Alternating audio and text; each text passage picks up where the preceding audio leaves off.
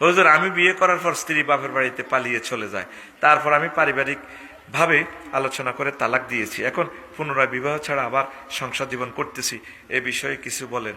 পুনরায় বিবাহ ছাড়া আরে হারাম হইব, তো হারাম হইব, হারাম হইব, মচ্ছত মচ্ছত। তুই হেতিরে আরেক জায়গায় বিয়ে দি দিতি হিয়ানো করি, যদি হে তালাক দিলি ইদ্যত পালনের পরে না, তো এখন আমার কাছে এটার কোনো সমস্যার সমাধান নাই। জিনা হবে, বললাম যা হবে বেগুন হারম জাদা, খবরদার। এখন তুই তালাক দিলি কে? এই জন্য তালাকটা আল্লাহ কঠিন। আচ্ছা, আমি নুরউদ্দিন, মাহফিলে আছি, আমি অন্য মেয়ের সাথে লুকিয়ে কথা বলি, মাঝে মধ্যে দেখা করি, তাকে বিয়ে করতে পারবো, আমার ফ্যামিলি রাজি হয় না। এখন লুকিয়ে যে কথা বলো, আল্লাহ রাডারে তো দেখা যাচ্ছে, মা ইয়ালফিজু মিন কাউলিন ইল্লা লাদাইহি রাকিবুন আতীদ।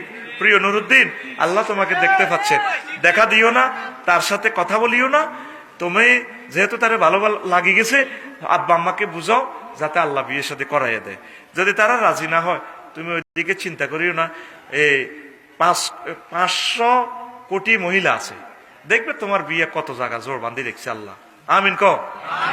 আমার শওকত ভাই জোর আরো কত জায়গা আছে কে জানে, আল্লাহ যদি বাঁচায়, হয়তো থাইল্যান্ডও জোর আছে।